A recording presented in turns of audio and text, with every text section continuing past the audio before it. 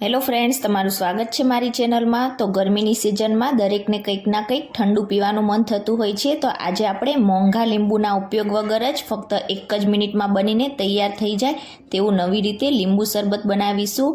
ફક્ત 1 જ મિનિટમાં તમે આ નવું લીંબુ શરબત બનાવીને તૈયાર કરી શકો છો અને પીવામાં ખૂબ જ ટેસ્ટી એવું લાગશે। તો ચાલો બનાવીએ।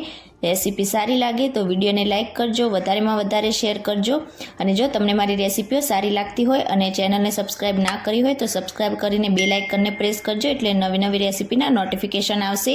તો ચાલો બનાવીએ। તો જેવી ગરમીની સિઝન શરૂ થાય એટલે તરત જ લીંબુ બજારમાં ખૂબ જ મોંઘા થઈ જતા હોય છે અને બધાને લીંબુ શરબત ખૂબ જ પસંદ હોય છે।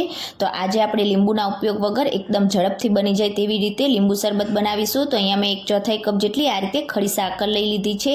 સાકર પેટમાં ઠંડક આપશે અને એસિડિટી બળતરા પણ દૂર કરશે અને ખાંડ કરતાં તે હેલ્ધી હોય છે।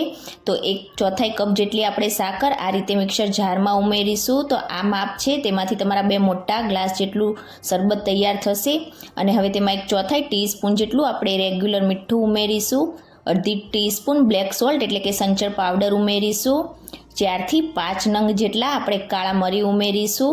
કાળા મરી ફક્ત તમારે આટલા જ ઉમેરવાના છે અને હવે લીંબુના ઉપયોગ વગર લીંબુ જેવો શરબતમાં ટેસ્ટ આવે તેના માટે આપણે તેમાં 1 ટેબલ સ્પૂન જેટલો કાચી કેરીનો પાવડર એટલે કે આમચૂર પાવડર ઉમેરીશું। આમચૂર પાવડર તમને એકદમ આસાનીથી કોઈ પણ કરિયાણાવાળાની દુકાનમાં મળી જશે।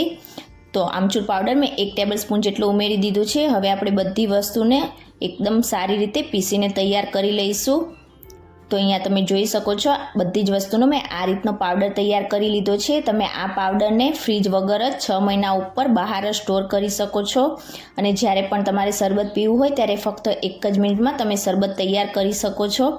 તો આજે આપણે જે આ માપ લીધું છે તેમાંથી 2 ગ્લાસ જેટલું શરબત બનાવીને તૈયાર કરીશું। તો હવે તેમાં આપણે 2 કપ જેટલું ઠંડુ પાણી એડ કરીશું।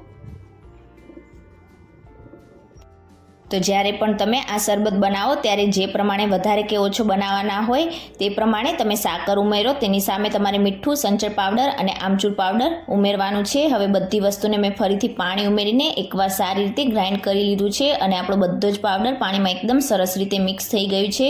તો હવે આપણે તેને સર્વ કરીશું। તો સર્વિંગ ગ્લાસમાં આપણે 2 આઈસ ક્યુબ ઉમેરીશું અને 1 મિનિટ પહેલાં મેં તકમરિયાને પાણીમાં પલાળી દીધા હતા આ રીતે ફૂલી જાય એટલે આપણે સર્વિંગ ગ્લાસમાં ઉમેરીશું। તો તકમરિયા શરીર માટે ખૂબ જ ઠંડા હોય છે, તો તમારે જ્યારે પણ લીંબુ શરબત બનાવો ત્યારે આ રીતે જરૂરથી એડ કરવાના। અને હવે ઠંડુ આપણું બનાવેલું શરબત સર્વ કરીશું। તો આ શરબતને તમે ગાળ્યા વગર અને ગાળીને બંને રીતે સર્વ કરી શકો છો। અત્યારે મેં સર્વિંગ ગ્લાસમાં આ રીતે ગાળ્યા વગર જ તેને સર્વ કર્યું છે। તો અહીંયા આપણું એકદમ ટેસ્ટી એવું ઠંડુ શરબત બનીને તૈયાર થઈ ગયું છે। તમે ક્યારે આ રીતે ના બનાવી હોય તો એકવાર જરૂરથી બનાવીને ટ્રાય કરજો અને આજની મારી રેસીપી તમને કેવી લાગી મને કમેન્ટ કરીને ચોક્કસથી જણાવજો। રેસીપી સારી લાગી હોય તો વિડીયોને લાઇક કરજો, વધારેમાં વધારે શેર કરજો અને ચેનલને સબસ્ક્રાઇબ કરીને બેલ આઇકનને પ્રેસ કરજો। Thank you for watching.